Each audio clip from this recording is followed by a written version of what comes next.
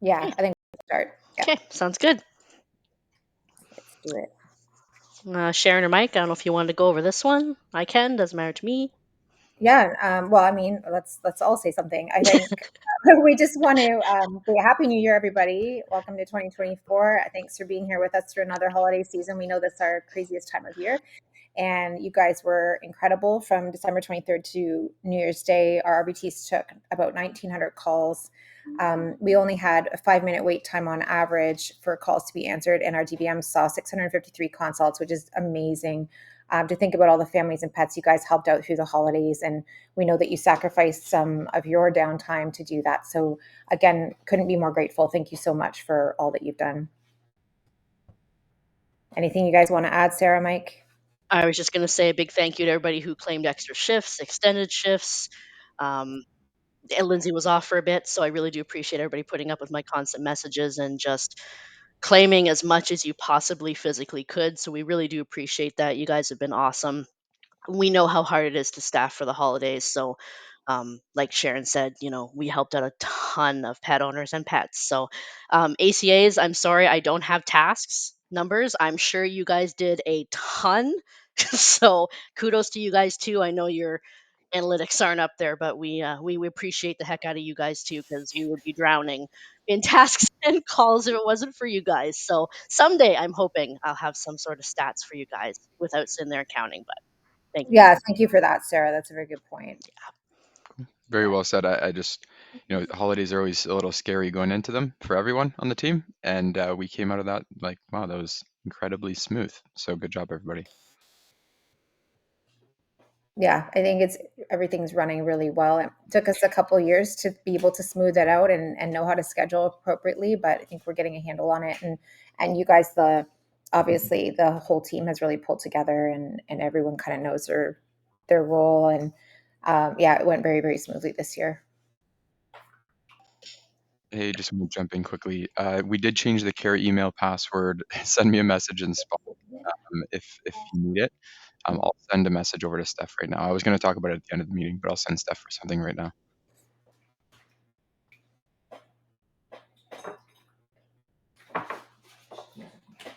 Thanks, Mike. I was hoping that you would just voice reply to that because I was about to just text Steph. So schedule updates. January still has some open shifts, but not a ton. Thank you guys so much. All of the overnights are filled for January, which is like amazing. When I came back from holidays, I think we had one left. So thank you guys. You have no idea how much that takes off Lindsay and I. As always, you guys are super accommodating. SOS is covering, like, it's just fantastic. So we just want to thank you guys again. The February schedule will be out in the next couple weeks, so stay tuned. We'll obviously adjust shifts if be adjusting shifts as call volume changes, etc. All like normal, but probably in the next couple weeks. And I just put this plug in again. Please continue to put your time off requests if you're full time or you have a recurring shift, and send a follow up email just to the schedules email. But if you're part time or casual without a recurring shift, just put your unavailability in Sling. I don't know if any of you noticed, but you didn't get a message from me for Christmas days working over the holidays if you put in that you're unavailable. I'm not going to bug you. Okay. So it just helps Lindsay and I look ahead and be like, okay, this is how many RBTs are unavailable at this time. So we can kind of plan. So obviously, if you guys have any Sling questions, you can message me anytime. But speaking of Sling, there's actually a third way to find coverage for your shift that we didn't have turned on. So I do apologize for that. It's called swapping. And I know that we do swap sometimes. You guys will send a message saying, "Hey, I'm going to do so and so shift. She's going to do." So this will fix that. You don't have to do that anymore. You should be able to just do it. There is still the other two ways, of course, but swapping, just make sure it's one of those ones where you arrange. Don't just hope that somebody will swap with you just because. Okay. So I do apologize that we missed that, but we're learning lots about Sling as we go on. I do think it is definitely been an improvement for us for scheduling and you guys too.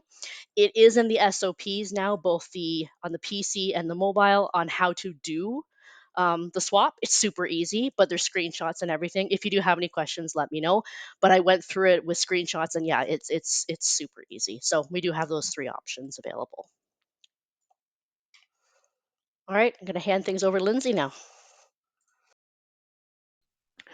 Hey team. Sorry my voice is a little bit awful today, but we're gonna make it through this slide. I can do it. So hospital of the month.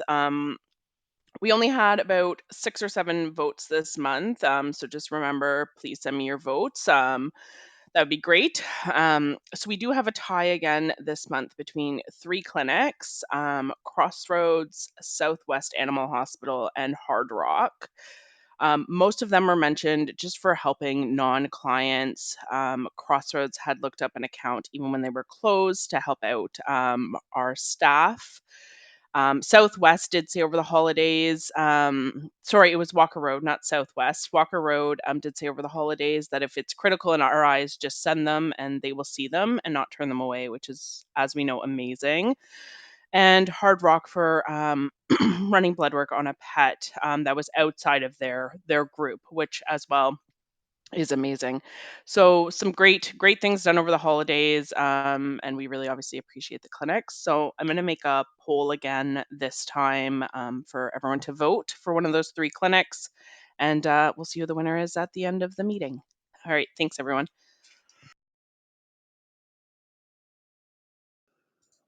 Just a quick reminder for non-clients and on-call. As we've mentioned before, our clinics have the option to see non-clients, but they really don't have an obligation. We always just want to make sure that before we contact that on-call clinic, that we are looking at their on-call event and seeing if they are willing or open to being contacted about non-clients. We always want to make sure that we're not setting any expectations with non-clients either. The phrasing that I usually use is something like, okay, so yep, I can, here's the fee, and I will contact the clinic on call to see if they can accommodate Fluffy's case this evening. So it really doesn't say, yep, I'm going to get you seen, or yep, there's an on-call version, or an on-call option, but at least it lets the client know that, like, I'm going to contact them, but I can't make any guarantees. Another point to remember is some clinics may have like specific scenarios that they makes them consider a pet owner a client. So some clinics may only consider them a client if the client has been seen at the hospitals themselves.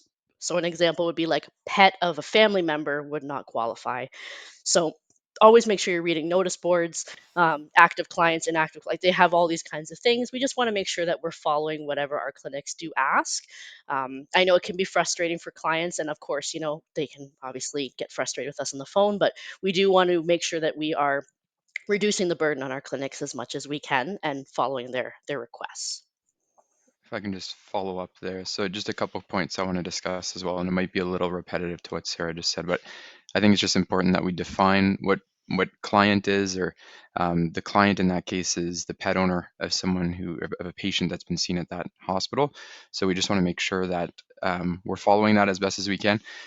With the example that was provided there, we did have a case recently where this was brought up, and so it was the pet of a family member. So it was someone in North Bay. It was their son that was visiting North Bay at the time, and the mother. The mother of the son was a client of one of the North Bay hospitals, and so was asking, well, I'm a client, can my son and their pet go and be seen for on-call? In that particular scenario, it's safest to assume that that is not a client.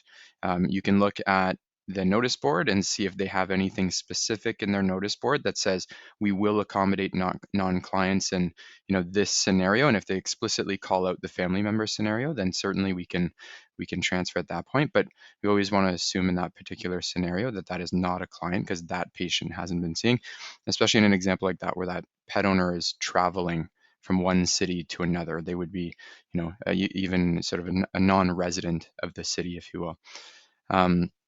I think it's just important that we highlight that, as well as a few other things. So on the point of not setting expectation with non-clients, I almost go a step further than Sarah's suggestion and just say to the pet owner, use the phrasing, I'm going to be looking at local options. I'm going to place you on a quick hold and I'll be right back to let you know what we can do next.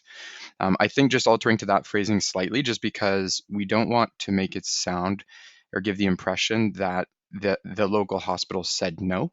I think it's best if we can avoid that and just kind of let them know that we're going to be looking at local options to see what we can find and coming back to them. We just want to avoid giving the impression that you've called someone and that person said no, just so that we can avoid any hard feelings towards that hospital. And so I think it's just safest that we approach it. we do want to make sure that we're looking at the hospital that's on call when looking at their information. So in a group setting, for instance, we want to look at, the actual clinic that's on call. So just be sure that you're looking at that clinic, not the clinic that is the RDVM. If there's a different clinic on call, you want to look at their instructions for how to handle non-clients. Holly has a good question here. If a current client has a new pet, is this okay to reach out on call? I have a potential shunt pump whose owner takes her current 2 dogs there, but pup never seen. Yeah. This may vary clinic to clinic as well. And I think, we have some clinics that are very adamant that the actual pet has to have been seen, but we have others that might just consider right. So I think we have to, one of the things on our side is we just have to make sure that the notice boards are incredibly clear for these situations. Maybe it comes down to being that granular, Mike, where we have to say, like, does the pet itself have to have been seen, or just the client, or what about family members of the client? We maybe have to start asking these clinics these questions to make sure that we have it understood clearly. In that situation, we tend to default to that client that person is a client. Yeah. And that's been kind of just been, what we've found hospitals are generally agreeing with. So I'd say in that particular scenario, it might help to have like some sort of document that says, highlight some scenarios and kind of what is our default thinking, and then check notice board to see if the clinic thinks otherwise. But I agree, we can break this down further to make it more clear. Yeah, I think the safest thing is to reach out in most cases, unless we have an adamant note in the notice board that that delineates that this clinic feels differently. Yeah, so that was one of my other points. The thinking of reaching out to the on-call. One thing to look for is if you see no non-clients with that no exceptions in all caps, those hospitals specifically don't want us to reach out, and it's okay that we don't. We're not going to get in any hot water for not reaching out and checking in with those hospitals, because they've instructed us explicitly not to. So if in those scenarios, it's always best to just avoid reaching out. Where it says it says maybe contact us, of course you can reach out in those cases. But in Holly's scenario, that would still be considered a client then, unless they specified otherwise. Yeah. I think that was mostly it. There's one other thing that I was going to just mention. So if you are reaching out to ask the on-call how they would like to handle a situation, I just think that there's probably a good way for us to handle those. So of course there will be scenarios where you can reach out to the on-call and ask them, what do you think? Is this something that you consider to be a client, or someone you would consider to be a client, yes or no? First of all, I think it's always best to have those interactions over voice. Sometimes a text message can come across differently, especially in the context of like, hey, I'm sending you a non-client, will you take them? Your tone won't necessarily come across as well as the sort of the empathy for the situation. And I think it's important to have that over voice so that the veterinarian that you're speaking to is completely aware that they can say no in that moment. And I think it helps also to be very explicit about that. And you can even say, what I've actually done in the past too is I've even not mentioned anything about the case, and I've said, here's the client situation. Would you consider this non-client, yes or no? And also, if you say no, not a problem, I have another option for them. And I just really try to kind of make light of it so that they don't feel any pressure, because that's what we really want to emphasize, is that we don't want to have that veterinarian feeling any guilt for having said no. So I think it's helpful to have those discussions when we can, and then move from there. Yeah, I think it's also important that we are relaying to our hospitals that the client isn't going to know who said no or why or whatever, right? Like we're going to be very, I guess, discreet about how we're communicating with our clients. Okay, so this comment that's happening in the presentation chat here, which says, I generally ask if the animal's been seen in the last 2 years. If the answer is no, I generally state this is not an active patient in the practice. So I'll see what I can find and then take the time to go through the board. So client is a client until they're determined to not be a client by the hospital. So there's nothing at CVO that says 2 years, 5 years, 1 year. That's not actually, I know there's a bit of a myth there about that. I know some people have said, I've heard all three of those numbers. However, if the clinic has a clear practice that they've stated on their notice board where they say, hey, if we haven't seen that client in 3 years, we don't consider them a client, that's up to them. It's not up to us to get into the weeds of, have they done it legally? Have they not done it legally? Technically speaking, It would have to be a written policy that they had given to the client, that the client clearly understood and ideally signed off on. But we can't police that. So if the clinic has said in their notice board, hey, they're not a client if we haven't seen them for 2 years, that's what we say to the client. But it'll vary clinic to clinic. Some won't even have a policy like that. And so that's what we would say to the client. And if there ends up being an issue because the clinic hasn't made that clear to their clients, then the client can take it up with CBO, but it's not our responsibility to look into that any further. So we do have to follow whatever the clinic's wishes are. Hope that makes sense. So we should not be, unless we see it clearly stated in the notice board, we shouldn't be putting a number out there to the client.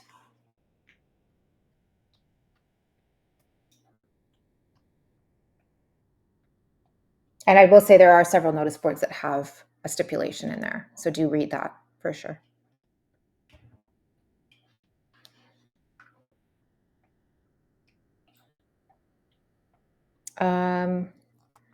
What's this comment? CBO states how long we need to keep records for. Yeah, 7 years. Okay. Good. Any other comments on that?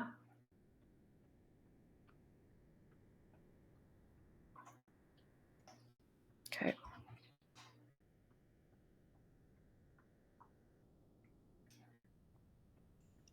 Sarah, is this me or is this you? Doesn't matter. Yeah, doesn't matter. Go ahead, Sarah. I just want to remind everybody that just because we don't have a BC licensed DVM on shift does not mean we cannot book BC patients for telemedicine.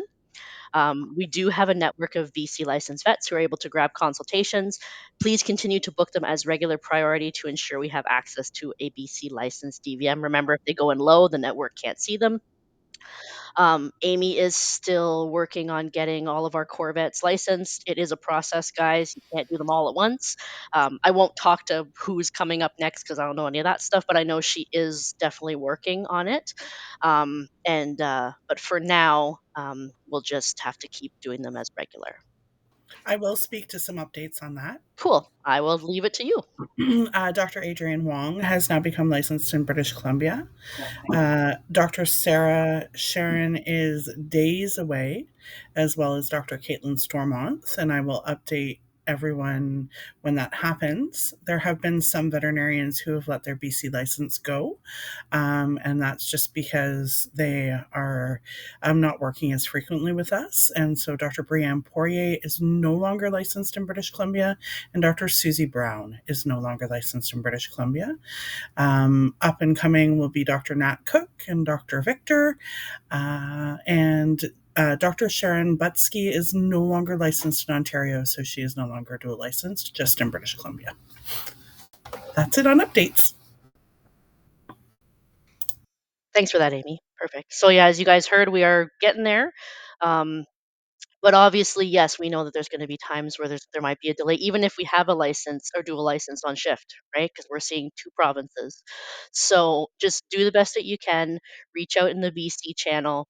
If there's a consult, I did put this out a while ago, but if there is a consult that's been waiting for 30, 40 minutes, you can try slacking Amy to see if she can kind of message or email some of the BC vets. I don't think she's had to do that in a while. We've been doing okay. I know the overnights are a little different. And Amy or Sharon, I don't know if you want to take Shauna's suggestion. Should there be guidelines for overnight until we have BC vets overnight? I don't know if one of you guys wants to speak to that.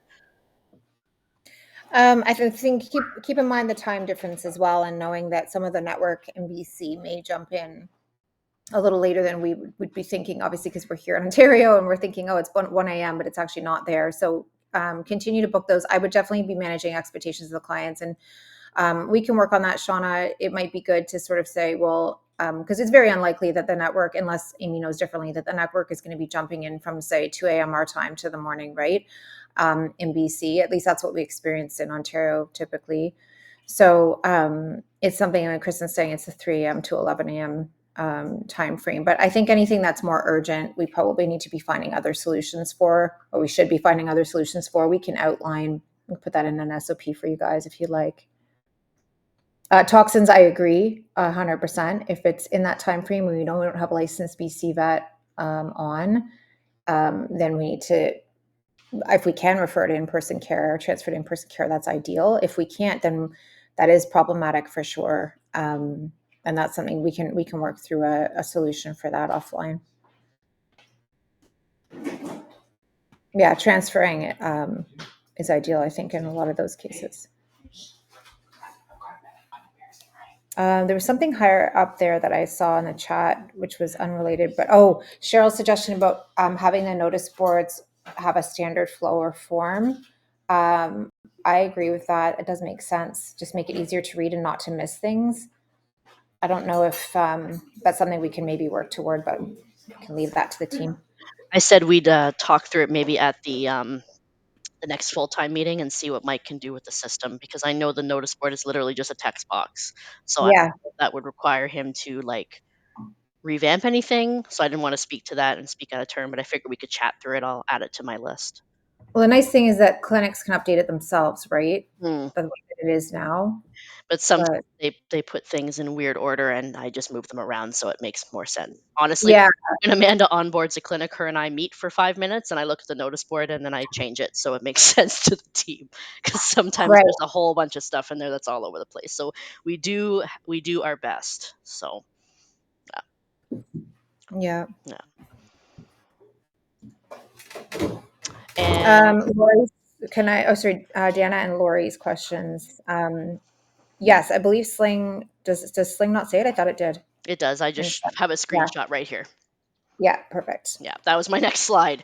Is it'll say Right. either BC on, BC, or on. So it'll always say what they're licensed in. Yeah. So you guys should be able to find that. Lori, so the comment for you on RVTs being licensed in BC or certified in BC. Yeah, the only difference is that you need to be clear with the client, if you're speaking with a BC client, that you're a registered veterinary technician based in Ontario. So you do need to be clear on that. BC, they're technologists, and obviously amounts to the same role, but we cannot present. You can't present yourself as an RVT based out of BC, or imply by just introducing yourself as an RVT that you are licensed in British Columbia. So you need to explicitly state that you're an RVT licensed in Ontario, or registered in Ontario. Yeah, that's perfect. Yeah, that's the only thing you have to make clear. They just need to know where you are. But you can certainly speak with the client, no problem. I just want to follow up with a little mini thread over here about add an option to always have the clinics write in their notice board how they want to be contacted. So when clinics are, I mean, Amanda, if you want to jump in at all, but when clinics are onboarded, this is explained to them that the default, if they write nothing, the default is our team is to call them. So if there's nothing written in the additional notes, we are to call them. I know that sometimes you'll call them and they'll say, "Hey, can you text me next time?" They're allowed to change their mind, right? Like they can be like, "You know what? I think a text is easier."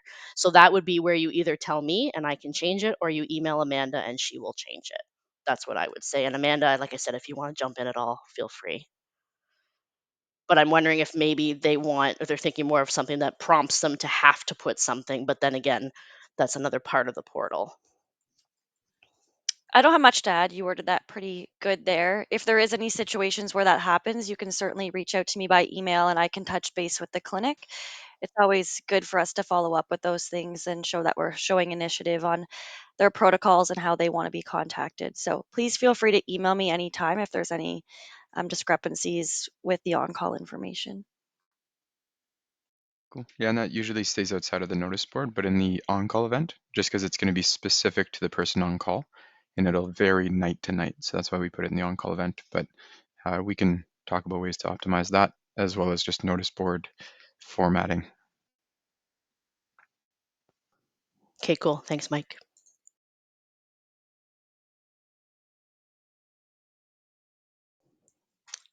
I added this because I figured maybe we could just chat through this as a group, because I know this has been a problem lately, not just Christmas. So yeah, I don't know who wants to start with this, but I just kind of just put the two reasons that I find that we can't get a hold of them and what to do next. So Sharon, I don't know if you want to jump in and start chatting about it, or how we would like to go, but Yeah, I think the best thing would be if can somebody kind of bring up what's a common scenario that occurs then, Sarah? So what's happened to me is I've tried to call in a prescription verbally and never got a hold of anybody, or I've tried to confirm a pharmacy received a fax and never got a hold of anybody. Okay. Yeah, like And so, literally, I've called, like, there's been times where like I've called, and even like cosmetics, and nobody's answered even, or customer service. That's usually my trick, is I'll try to call, whatever. But I'm finding some of these shoppers, and maybe you guys can weigh in too, that as soon as you choose, that you're a medical professional or whatever, it takes you right to that piano music recording, and you never speak to a human. And I mhm. don't know, you get stuck in a loop. I've had 4 Shoppers Drug Marts like that in the last couple shifts. Yesterday or the day before, Amanda and I tried for 3 hours to get hold of one Shoppers, on and off between all the other calls. Wow, that's so crazy. And It, and so what's your solution then in that case, or what have you been doing? so what I've done is, if I can't get a hold of them at all, but I've got a fax confirmation, I might send the client down and say, hey, Yeah, I've tried, whatever. If I can't get a hold of them for a verbal prescription, I will call the client. I won't wait 3 hours, obviously, but I'm yeah. trying to call a verbal in. I'll call the client and say, hey, look, I know this is your preferred pharmacy, but I can't get a hold of a single person. So did you want me to keep trying? Did you want to go down there and see if they're even open? Did you want to try a different pharmacy, and kind of leave it with them to come up with some other ideas? Has it So happened to many of you where the client has not received their script before the pharmacy has closed in that scenario? not to me, but definitely, guys, come on mic if you want to share anything over the holiday, because I know with the holiday, probably places were closing early. I will add some of the feedback that I had received from some people, and then things I've experienced myself is while we're waiting to try and get through to the pharmacy, the client has already gone to the pharmacy, they filled the medication, picked it up, and left, and we're still sitting on hold trying to confirm it. Yeah, I was wondering if that happens sometimes, right? It does. It certainly does. But I know, like when we were like over Christmas and stuff, like on my lead shifts, I was just telling people like if you're, at this point, like calls are backing up. If you're 15, 20 minutes and you're still on hold and you haven't spoken to somebody, we know 100% that the pharmacy is open. Then I would just be calling the client and say, hey, look, we can't get through. We know the pharmacy is open. We have our received fax confirmation, like Sarah was saying. Do you want to just pop in there and, maybe if you're standing there staring at them, they'll get it filled for you faster. And most clients are more than happy to do that. They're like, oh, I'm already on the way anyways, so. Yeah. It is hard. I mean, I've been in the situation myself where I'm standing in Shoppers and they're like for human meds, and they're telling me that my doctor's script didn't come through, and they're checking the fax machine, and then I have to call my doctors. I'm like, this happens. It's not just us, guys. It happens to these pharmacies all the time for human scripts too. So I'm sure a lot of our clients have dealt with this before. It's frustrating. But that's a good point, that it's quite likely while we're waiting on hold to confirm that this is all happening behind the scenes. If we've received the email confirmation, do we need to, I'm assuming the reason why we're calling to confirm is it sometimes happening we're receiving the email confirmation yet it's still not going through somehow? Correct. Or the pharmacy doesn't have the medication, because we don't always call first Right. to confirm they have it, et cetera, et cetera. Yeah, I Right. would say the biggest one, like, that we run into with issues, and the ACAs might be able to speak better to this, would be like the amoxiclav medications, because Yeah. every pharmacy seems to carry something a little bit different, and the suspension. So that one always seems to be the biggest question around those prescriptions. I find though, like what I normally do is I'll fax the script in. I'll notify the owner that I have not been able to get through to the pharmacist. I'll ask if they're comfortable heading down and like talking to the pharmacist and seeing if the medication is ready. And a lot of the times, if there's a problem or anything, the pharmacist is right there talking to the owner, and then the owner is able to call or text me and say the pharmacist doesn't have this prescription or this strength, but they have this one, or this one. And I'm like, oh, perfect. So then I'll make an amendment with the doctor and stuff for the script, and I say, let them know I'm sending a new one in right now of this. So it's almost, even if they don't have the medication, it's almost a quicker way of communicating with the pharmacy, as long as the owner is aware that you have not confirmed the medication before you have the owner go into the pharmacy. I think just being black and white about that makes a lot less stress for the owner. So I always say, I've tried, but I've not been able to get through to them. Do you mind heading down and just seeing if your medications are ready? If there's any problems, please call me back on the care line or text me at this number. I'll text you right now. And if we're amending those scripts that we've already sent in, we're amending for a new product or new instructions or whatever, are we sending a new script in, or are they just amending it on their end? That it depends on the medication. I have done a verbal where I've made like a message just in the task manager part of it. And then I have done it where I've made a whole new script and refaxed that in. Right. So I think it really depends. Like if I have a lot of language barrier with the pharmacy, I like to make sure that there's another written script in. It just covers my butt as well too. Just to know, because we're not the one actually signing and sending these owners home with the medication. So I personally like to make a new script and send it in if the doctor's okay with that. I agree with that.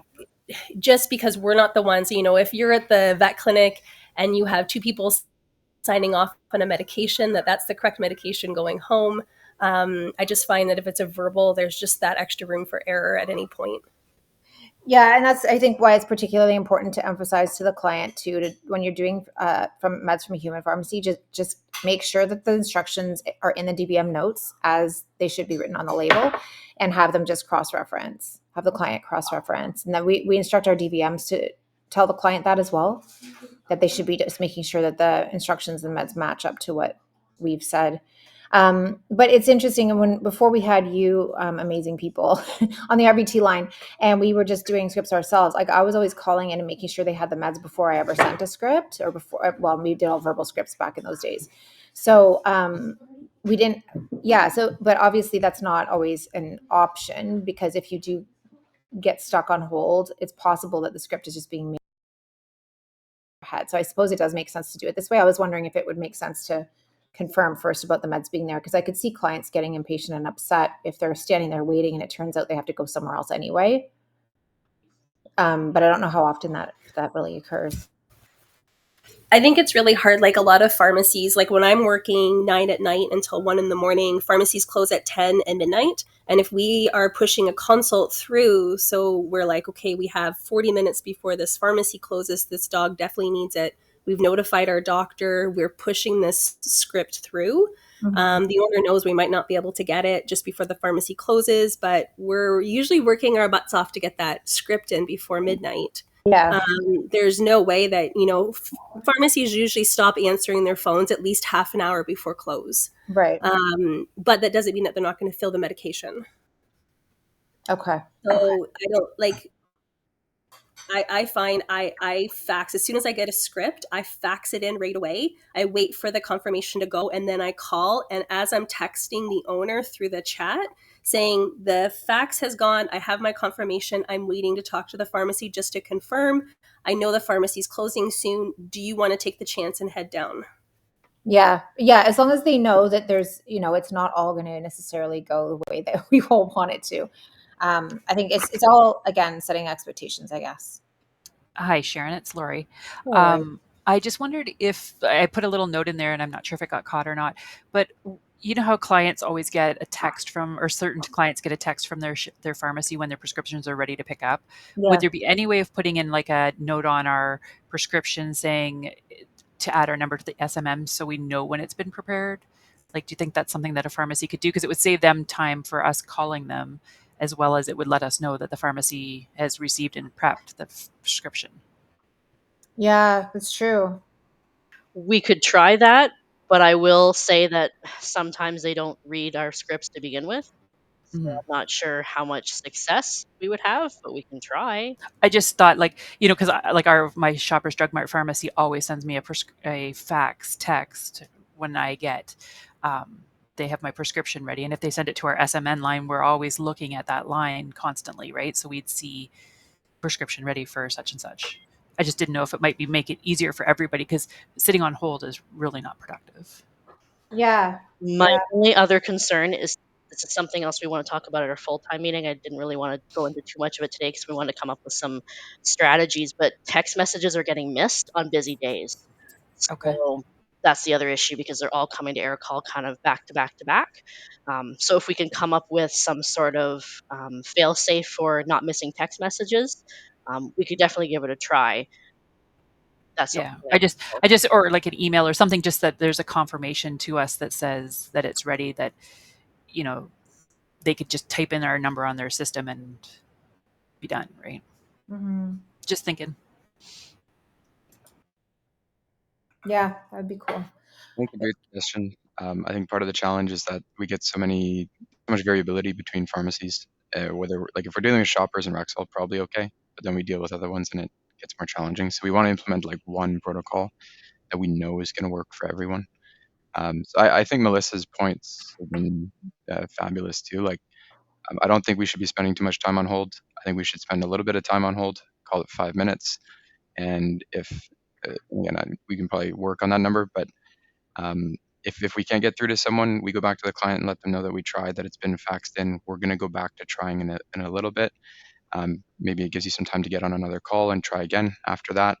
But you can advise them exactly what Melissa recommended as well. And I think that's a really great approach. So I think that's maybe the solution here is to implement that change.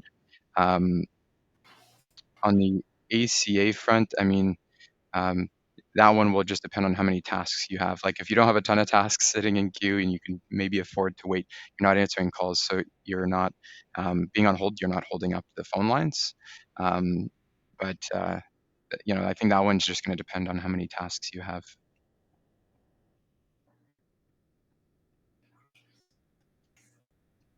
Okay. Those are good suggestions. I think, this is something we can address in our meetings, like kind of our management meetings for sure. So I think we'll tackle that. We'll come back to you guys with our thoughts. Sarah, can you just make a note of that so that we don't forget to bring that back to the team? I don't want to let it slip through. It's already on my list. Thank you. Yeah, I was in the middle of texting Krista about it too. So, yeah, and then remembering too that for veterinary options in the Burlington Hamilton area, Nelson/Vetwell are potential options if you're needing veterinary specific drugs. So if we're closed and you're needing something, feel free to text me because it's possible I may be heading in. I go in twice a day on weekends as well. So I might be able to arrange something for you guys. So just keep that in mind. I know we often have Hamilton Emerge as a possibility as well. I don't know how much Burlington Emerge been filling for us too. I'm not sure. I think so. I know Hamilton's been pretty good. Walker Road is good. They'll be like, go to Smart Vet, but we'll still fill for you, and the client will be like in the parking lot, and they'll just let them do the telemedicine and then fill, which is awesome. Yeah, that's great. But yeah, feel free to text me. Slack, I struggle with my Slack, so please text me on my cell if you need me urgently, always. So, but yeah, if we start seeing that there's a consistent need from us on weekends or after hours, we'll kind of come up with we'll put a system in place that's more formalized. But for now, feel free to text me after hours. Yeah, probably worth adding context for where that roughly is if you're not from this area. So if you take a look at Google Maps, Southern Ontario, right, Brantford, so sort of we're in the center of sort of anybody in kind of Brantford, Hamilton, Kitchener, Guelph, Mississauga, kind of Niagara, St. Catharines, like Milton, Burlington, Oakville, all those cities that I just named, those could all be places that people are coming from to pick up meds from Vetwell, Nelson. And yeah, to reiterate, I think definitely if we find that there's like a definite gap that we're filling with it, definitely something we can do more long term. To Sharon's point, I also want to just emphasize, if you're trying to reach Sharon or I or other kind of management on the team, and we aren't getting back to you on Spot or Slack, like I know I have a few messages that I haven't gotten back to. Text message is really good. If it's urgent, please send us a text. Yeah, it doesn't even have to be that urgent, guys. Like I'm definitely more responsive on text message. My Slack just gets buried. So yeah, but don't hesitate to reach out that way.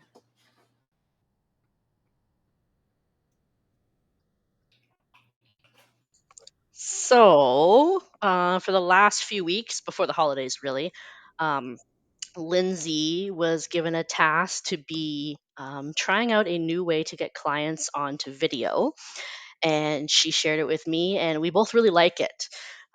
So it's a little tiny bit different. Essentially, you're going to go into the video chat with the owner. You do not have to have your camera on. I'm just putting that out there right now. Okay, you do not have to be on camera. But what this does is this, first of all, confirms that their video connects. It also confirms that you can hear them because we're still having audio issues.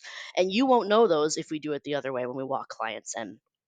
The best part about this, and I'll say it in the recording of what I've done, is we get to see people's pets. I think that's probably the biggest seller.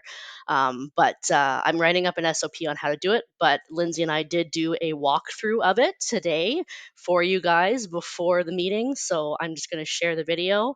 And I checked it; it did work. So that's great because this is the first time I've actually used this program. So I'm going to stop talking now so you can hear me talk.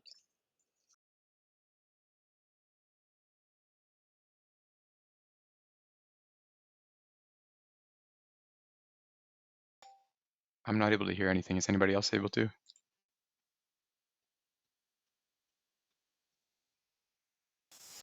I'm not.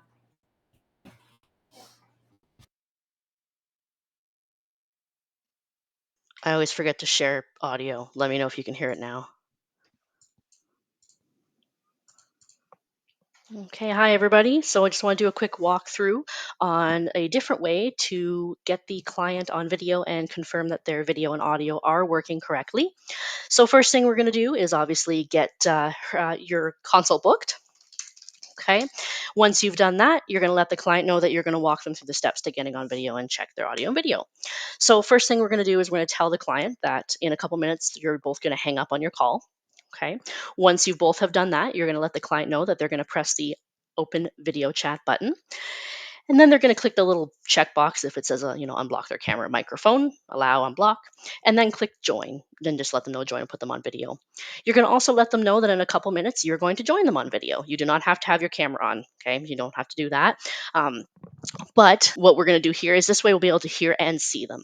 Okay, so what you're going to do is you're going to let them know you're going to hang up. And then obviously, if there are any issues with audio video, you don't hear them or see them, then you're going to call the client right back and say, hey, I didn't hear or see you, so we're going to troubleshoot that. So on your end, remember our screen looks like this. We're going to click the press to open video chat button once we hung up. And again, you don't have to have your camera. I just unplugged mine just because I wanted to make sure that I didn't have to skip this step, but you can just turn off your camera before you click join. Okay. And then we're just going to wait a couple minutes for the client to pop in. So Lindsay should be popping in any second with Charlie. Okay, and this is the same screen the client sees. So now you can see Charlie on the bottom, and Lindsay, you can hear me okay? Yes. Okay, perfect. And you should be able to hear Lindsay as well. I will listen to the recording to make sure you can. But if you can't, not a big deal because I can hear her. So what you're going to tell the client next is now that the video is connected and the audio is good, is you're going to tell them whatever the next steps are. So if the doctor is ready, that they can just hang out on video, and this will not have any. You won't have to refresh or anything because they're already off the phone with you, which is great. Solves that step. If they have to wait a little bit, then you're going to go through that, that scenario that they're going to wait for the next email that says their consult's been claimed, etc. And sometimes the vet may even pop in with you. One of them, Dr. Barber, popped in, and I just introduced the two of them and went on my merry way. But the nice thing about this is I find that clients just seem a little happier that they know that we can see and hear them. Also, you could just see people's pets, which I think that both Lindsay and I feel is a nice little pick me up since we don't really see too many of them. Yeah, this is just a nice, quick way to be able to make sure that everything is good and definitely helps our vets out because now we know audio isn't an issue either. And obviously, if there is an issue, you're going to call that client right back and you're going to start troubleshooting. But that's really it. Once you've done all that, you can press the X in the left corner and obviously make sure the client knows what next steps are, send the file upload links, anything else you've got to do. But other than that, you're all done. So I'm just going to close the chat now. Bye, Charlie. Bye. Okay, and that's it. Obviously, you can go unavailable in air call after your call if you need to. You might just take a couple minutes to get through this at the first little bit, but I think you guys will like this way. People seem to be happier, like I said, just knowing that we can see and hear them. And seeing people's pets is nice too. So obviously, if you have any questions, you can ask them now. But yeah, this will be available in SOP with this recording. Okay, thanks, guys. Thank you, Sarah and Lindsay. I think that's awesome. I think that helps to build rapport with the client. And in case you didn't see my comment, which you're probably mostly annoyed about in presentation there, I do think it's nice if you don't mind putting your camera on. I do think that's a great way to build rapport with clients. And I had to learn over time, clients do not care if you have your hair and makeup done. They don't care what you're wearing. They really don't care. It's nice for them to see, especially if they're upset or struggling a little bit. It's just nice for them to see a face, put a face to a voice. So there is that, and so use your judgment, obviously, and if you do feel comfortable, I think that's a really nice thing to do. When are we supposed to start doing that? When are we supposed to start doing that? Whenever you're comfortable. The SOP will be out this week. Yeah, as soon as you're feeling ready, I think it would be great. That link in the video. Can I just ask about, like, because I have a hard time, I don't know what people are seeing on their end of, like, when they join the video. I don't know how to tell them to get out of the video. I'm like, oh, I don't know. Well, I don't say I don't know, but I'm like, there should be an exit button. Is there an exit button? I don't know. It's a red leave button. Sarah, do we have in any of the SOPs, does it show screenshots of what the client sees so that they can leave? I know we show things going into the video, but what about leaving? Yep, it does. Yeah, cool. So yeah, just take a look there. You should be able to see it, but it is a leave. It's a red leave button in one of the corners. It depends on their device, either the top right corner or the bottom right corner. So I usually just say both. Okay. I guess I just need to refresh that. And that will take them back to, like, the main screen. So that will take them to their consultation screen. So Their consultation screen, yeah. yeah, so basically the video kind of minimizes, and then they can see a button that says press to open video chat. So they would just need to leave it on that page, and then they would just, whenever they're ready, come back to that page and click the button to go back in. Do we have screenshots somewhere in SOPs that show what the client sees at various stages? Because I do think that provides us with a little more comfort ourselves. Yeah, Sarah's put that all in there. Okay, good. Perfect. I figured. To Lori's question, you do want to go unavailable. Just want to make sure everybody's aware of that. So just go unavailable so calls don't start ringing to you at that time. If we find that we're needing to increase your after call work time to accommodate this, we can. That won't be an issue. Taylor, it doesn't take any more time than my spiel does already. Honestly, I it really doesn't. Yeah, in some cases, it's actually even like faster. quicker. Yeah, which is funny. But so part of it is, and the key here is making sure that you hang up the phone and then they join, right? That's really like one of the main goals of doing this method is that it doesn't have that conflict where they've joined the video and they're on the phone with you, which sometimes it's probably like 99% of our video issues is exactly that. So you want to make sure they hang up the phone and then enter the video, and then you can confirm everything, and this should really resolve most issues. Yeah, people have anxiety sometimes that it's not going to work or whatever. I think this is going to help alleviate concerns. I just want to say too that every single client that I have gone on video with using this method is smiling, even though their animal is sick or they're stressed out. Like there was one woman that was really cranky on her call, and as soon as she got on video, I talked to her and I said, "Oh, I see Billy," and she smiled and she picked him up and showed him to me. So honestly, I think this is a really nice way for us to, bond with the clients a little bit, as well as that kind of thing. Laura, yes, if the vet jumps in, that did happen with Rosemary and I. And I just said, "Oh, look, here's the client. Hi, Dr. Barbara. I'm going to leave you guys to it." And you just press the X or leave, and you just leave. Yeah, I think introducing the veterinarian to the client and the patient is an awesome way to. Yeah, it was cool. Rosemary messaged me after. She goes, What were you doing?" So I told her that we're trying this new way. She's like, "Oh, that's so helpful, to test audio, because we can't test audio, right, guys? Like we have no way of knowing." And I can't tell you how many times our vets clop in. They're like, "Oh, there's no audio," but at least this way we can, circumvent some of that, and we can troubleshoot before the doctor gets in there. So I like it. I think it's awesome. Definitely, will and giving clients some reassurance too that if something is wrong with the video or audio, you're going to call them back and walk them through it. exactly. And yes, every client I talked to was smiling, which Lindsay told me to, and I'm like, nah, come on, there's got to be one, but no, every single one. So Yeah. yeah, Is this going to eliminate? Okay, so I'm going to try to word this question properly because in my head it makes sense, but I don't know if I can get it out. So if we walk them through, we do the whole video, everything works properly, so then the consultation doesn't take place for another 3 to 4 hours. Are they going to have the same issues going back into the video again? Or will we have to troubleshoot again at that point? if you've already confirmed that everything's good, then you shouldn't have to do it again. Because I've had clients tell me that where they were like, I've already agreed to this. Why do I need to say it again? Or, Oh, the pop-up that prompts again and things well, like that. yeah. So that might be their settings. So you'd have to Right. tell them So, to go in and unblock and whatever. But I mean, so this might not help everybody then, basically. So. no, they might have to. Okay. Every time I turn on my camera, it asks me for permission. So I would have to turn off that thing where it just says always allow, but I don't have mine on as always allow. So just So make sure that they're aware. Yeah. mhm. That's And then the next question too would be, is this a mandatory thing? Like, what about those really tech savvy clients that are usually 5 steps ahead of me, even by the time I'm booking them in? Do I still need to walk them into the video like this, or are they, like, if they're? I mean, I maybe can jump in on that. Sure. answer. I'd say yes. Yeah, I think ultimately you're confirming that their video and that their audio works. And that was another big reason for this, is that it makes it a little smoother of a transition for the vet who's coming on next. So I'd say yes, and I think you're gonna like it. I think it's kind of fun.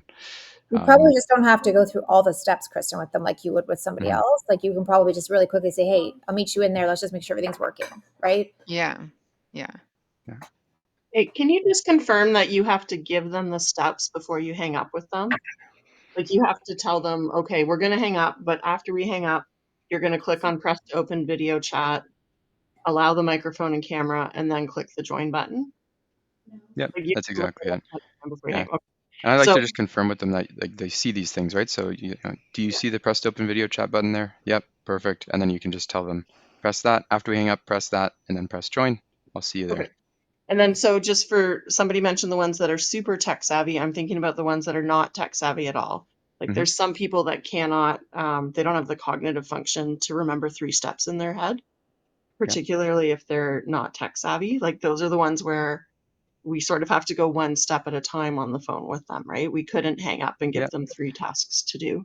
Yeah, which is totally fine, which is exactly why we'll call them back if they're not in the video. So give it a couple seconds, like let them try to get in. If they don't get in, call them right back and walk them through those steps with them. But I don't think that we've really encountered that kind of being an issue with this.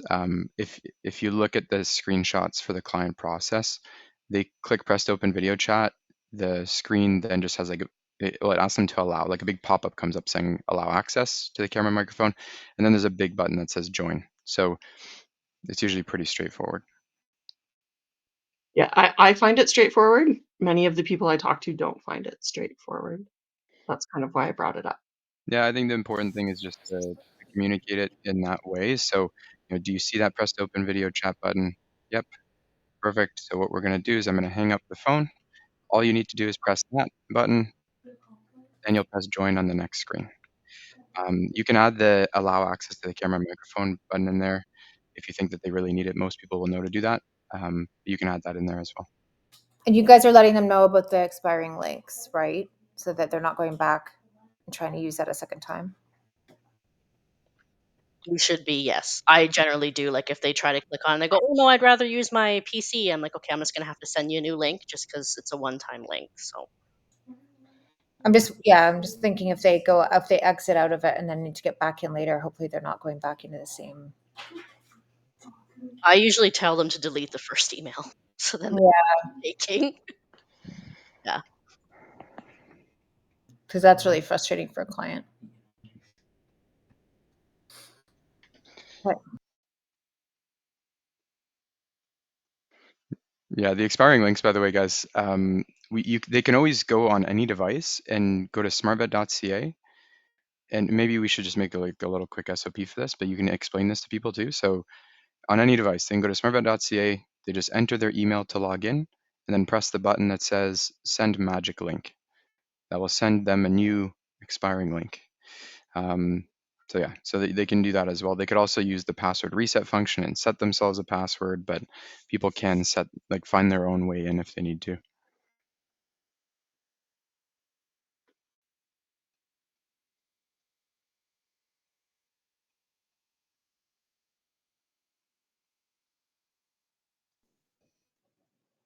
No, Taylor, I would so when you book the appointment, you need to instruct them to open the email on the device they're going to use for the consult. That is the exact wording that I used.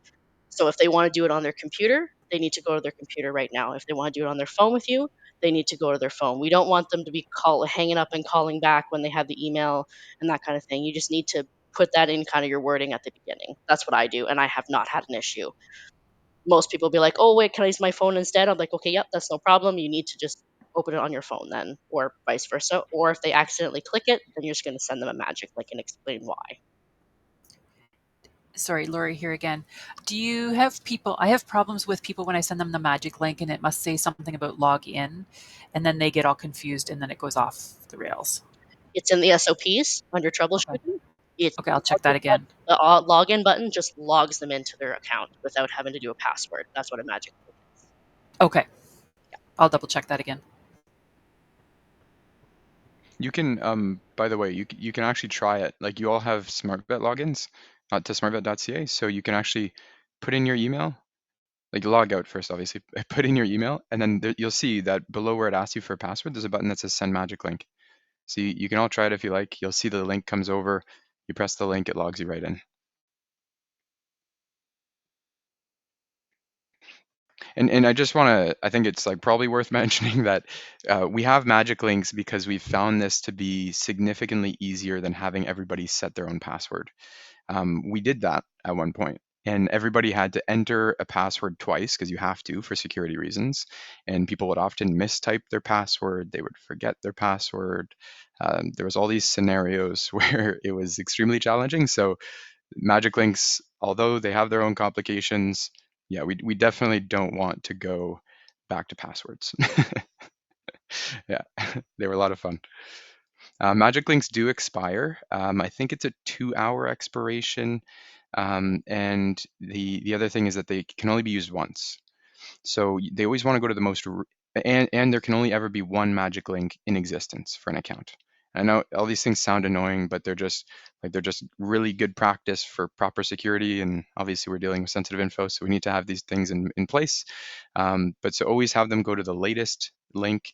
And for that reason, I think it's another good reason that's just helpful to have them, because of the expiry, it's helpful to have them open the consultation on whatever device they're going to be joining it on. That way they can just leave the page on that device and they can walk away. They don't have to worry about logging in again.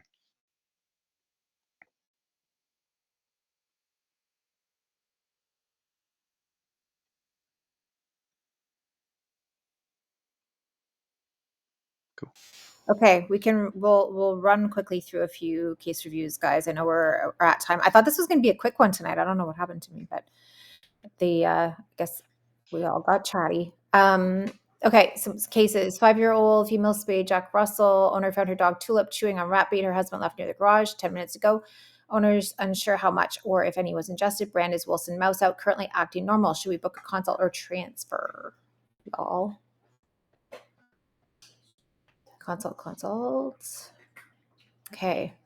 Give me a reason. Why are we all suggesting booking a consult for this one?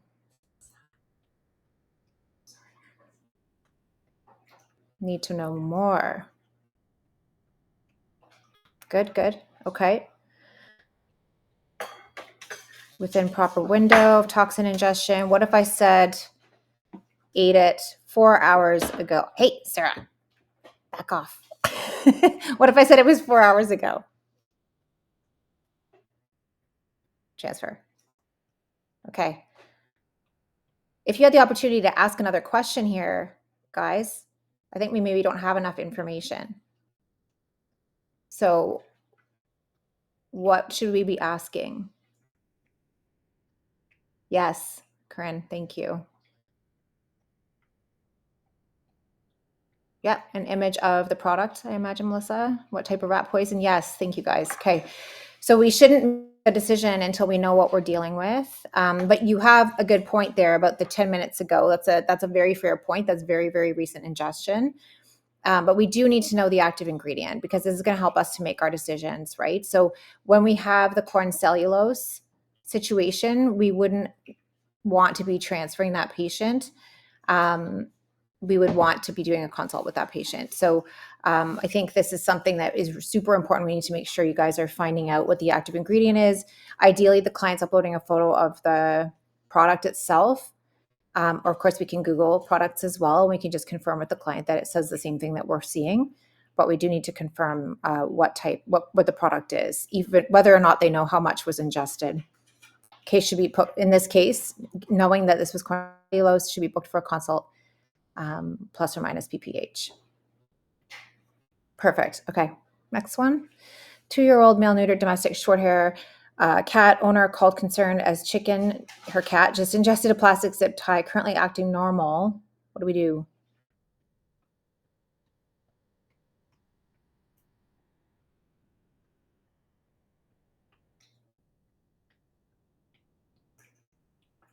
How big is a zip tie? Yeah, that's a good question. Say it says standard, so one of the pretty big zip ties, potentially.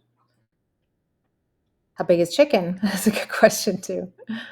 Okay, let's go to the next. Sarah? This patient should be transferred as we cannot induce vomiting in cats. I would also have concerns, even if we were inducing vomiting in this one, that this potentially could get caught or could be a little bit sharp. So this is something that ideally, in a perfect scenario, I think we would want to transfer. That's not always going to be an option. And certainly if it's not an option to transfer, we need to book them a consult. Okay, next case.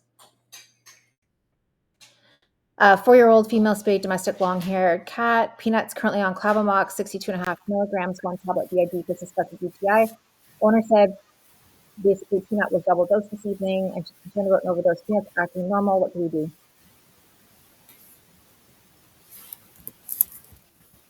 Yes, consult. Perfect. Sharon, Yep. so we can ask about the zip tie. What criteria would you click for the transfer criteria for the zip tie? It would just be like, smart but doctor directed, or? Yeah, I think for now, probably that would probably be the most appropriate one. I'm trying to remember them all. That one probably would be. I think if we feel there's something in that needs to come out and we don't have a safe way to get it out, Okay. then a transfer should be indicated, and we can probably add that if there's not something where that makes that obvious in the transfer criteria list. We should add it in there. Okay, thank you. And I'll find a more eloquent way to word it than what I just did. No worries. Thank you. Okay, next case. Okay, 9-month-old male intact golden retriever. Owners at work. Chuck's gotten into the garbage. Chicken wings cooked in multiple corn cobs. She's found chewed up pieces of wings and corn cobs around the house. Chuck seems to be totally fine. Book a consult or transfer. How long was owner gone from the house? Yeah, always good to get more info if you can.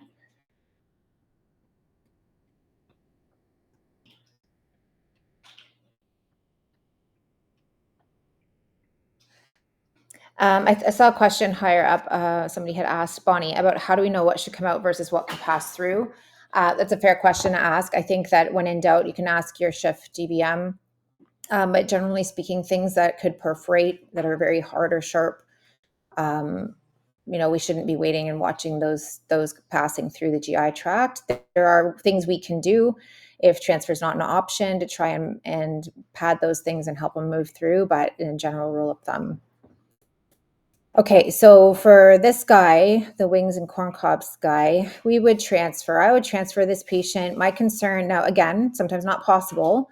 And have I induced vomiting? Sometimes with bones and corn cobs when I've felt that I've had to, yes, if in a remote area. But the concern here is piece of corn cob can get lodged on the way back up, potentially, and cause a choking situation.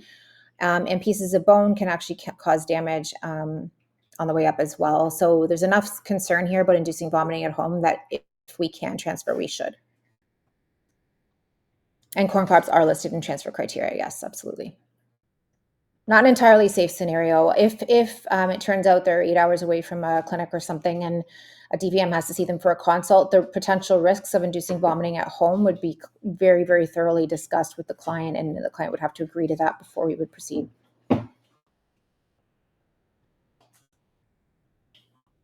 If the vet says not to transfer as patient's normal, we can book the consult, yes. Yeah, you can follow your shift vet's instruction there. Oh, great for Walker Road. That's awesome. Congrats them. Donna's question was if the on-call vet says no. Sorry, she just edited it. Oh, if the on-call vet says no, as patient is no, oh gosh. Well, I mean, that's their prerogative. Yeah, that's up to them. So we can book a consult in that scenario. We know that we've tried to do what we think is recommended, and we'll have to work with a second best option in that case. Dana says, I got serious pushback for trying to transfer a zip tie cat from on-call, by the way. Yeah, and if they won't, they won't, right? And that's, unfortunately, that's going to be up to them, and we can't really do much about that, but it is very frustrating when we want to transfer and can't, but we also have to be respectful and understand that sometimes there are factors we're not fully aware of happening on the other end. Oh, that's my cat. Sorry, Shauna. She wants her dinner.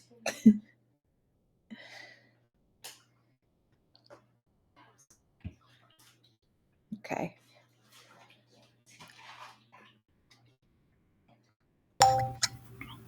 That's me.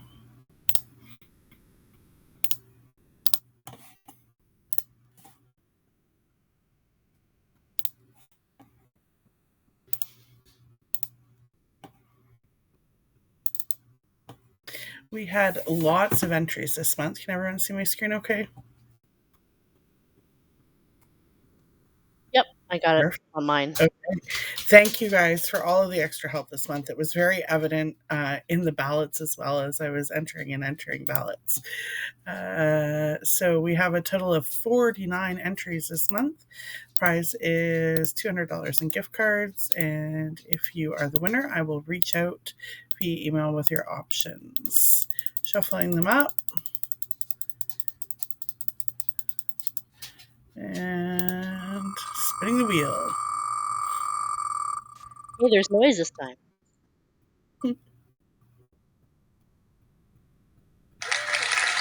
Sarah Amel is our winner. Congratulations. Go, Sarah. I paid her to make it land on my name. Sarah. That's your first time winning, right? It is. I'm glad it was only my first time because that would just look a little sketchy, I think. But no, seriously, guys, when I looked at the ballots before the meeting, I was like, holy cow, you guys really hit it out of the park this month. So thank you again for just always being there for everybody and, taking extra shifts, SOSs. Like, you guys just make our job so much easier. So thank you again. Yeah, agreed. And congrats, Sarah. Well deserved.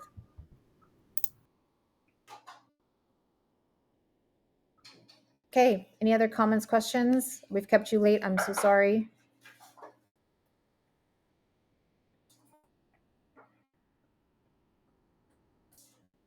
You're welcome, Lori.